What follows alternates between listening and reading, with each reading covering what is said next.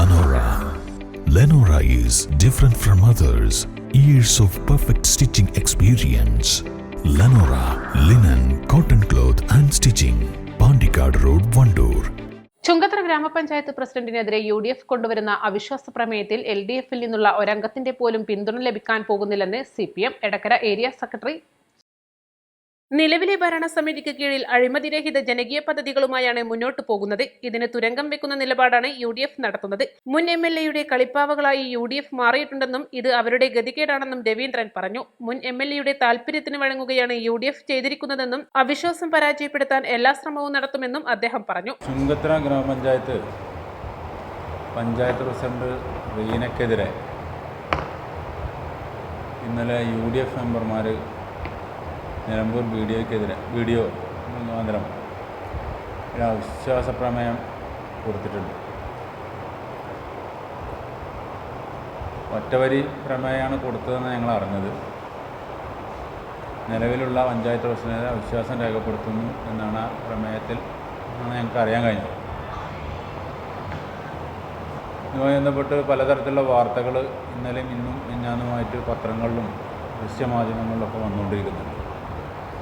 LDFിലെ ചില പഞ്ചായത്ത് അംഗങ്ങൾ അവിശ്വാസ പ്രമേയത്തെ പിന്തുണയ്ക്കും എന്ന രീതിയിലുള്ള വാർത്തകളാണ് വന്നുകൊണ്ടിരിക്കുന്നത്. ഇതിലൊരു വാസ്തവമില്ല. LDFിൻ്റെ 10 അംഗങ്ങളാണ് നിലവിലുള്ളത്. ആ 10 അംഗങ്ങളും ഇന്ന് പത്രസമ്മേളനത്തിൽ പങ്കെടുക്കുന്നുണ്ട്. UDF കൊണ്ടുവരുന്ന അവിശ്വാസ പ്രമേയത്തിന് പിന്തുണക്കുമെന്ന് പറഞ്ഞു കേൾക്കുന്ന പഞ്ചായത്ത് വൈസ് പ്രസിഡന്റ് നുസൈബ സുധീറും വാർത്താസമ്മേളനത്തിൽ പങ്കെടുത്തിരുന്നു. 4 വർഷമായി CPM പ്രതിനിധിയായിട്ടാണ് പ്രവർത്തിച്ചതെന്നും ഇനി അങ്ങോട്ടും അങ്ങനെ തന്നെയായിരിക്കുമെന്നും കൂറുമാറാനോ രാജിവെക്കാനോ താൻ ഉദ്ദേശിച്ചിട്ടില്ലെന്നും നുസൈബ സുധീർ പറഞ്ഞു. പ്രസിഡന്റിനെതിരെ അവിശ്വാസം UDF കൊടുത്തതായി നമുക്ക് അറിയാൻ കഴിഞ്ഞു. അതുമായി ബന്ധപ്പെട്ട് വൈസ് പ്രസിഡന്റ് എന്ന നിലയ്ക്ക് യാതൊരു ബന്ധവുമില്ല. ഇതുമായി ബന്ധപ്പെട്ട് എന്നെ ആരും കോൺടാക്ട് ചെയ്തിട്ടുമില്ല. നമുക്കിതിലൊരു ബന്ധവുമില്ല.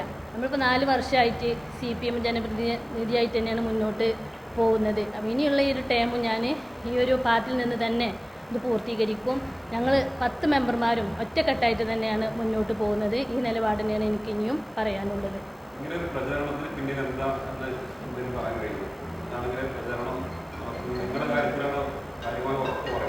ഇല്ല, ഇതുമായി ബന്ധപ്പെട്ട് എനിക്ക് യാതൊരു നിലപാടും ഇല്ല. ഞാൻ എന്തായാലും ഇങ്ങനെ അവർ പറഞ്ഞ പോലെ ഒരു കൂറുമാറാനോ പിന്നെ രാജിവെക്കാനൊന്നും ഞാൻ ഉദ്ദേശിച്ചിട്ടില്ല.